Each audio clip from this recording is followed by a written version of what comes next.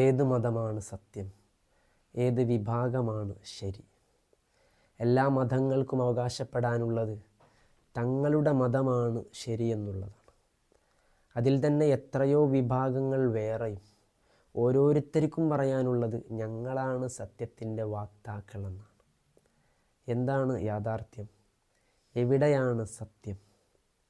എനിക്ക് പറയാനുള്ളത്, ഒരു വിഭാഗത്തിലും പെടാതെ ഈ ബൗണ്ടറിക്ക് പുറത്തുനിന്ന് ഈ രൂപത്തിൽ കളിയാക്കി കൊഞ്ഞനം കുത്തുന്ന അന്തംകമ്മികളായ നിരീശ്വരവാദികളോടാണ്.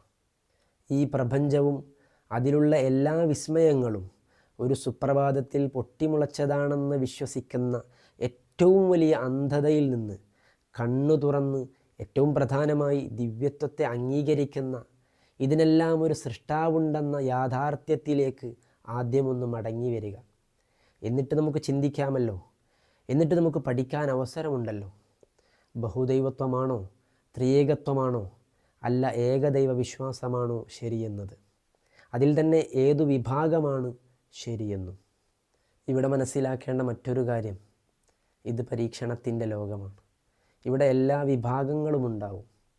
തിന്മയുടെ വാക്താക്കൾ, പരാജയപ്പെടുന്നവർ, നിഷേധികൾ. അതിൽ നിന്നെല്ലാം സത്യത്തെ വേർതിരിച്ച് മനസ്സിലാക്കാനും ഉൾക്കൊള്ളാനുമാണ് വിവേകം നൽകി നമ്മെ ഈ ലോകത്തേക്ക് പറഞ്ഞയച്ചിട്ടുള്ളത്. ശരിയുത്തരങ്ങൾ മാത്രം നൽകിയാൽ പിന്നെ പരീക്ഷയ്ക്ക് എന്തർത്ഥമാണുള്ളത്?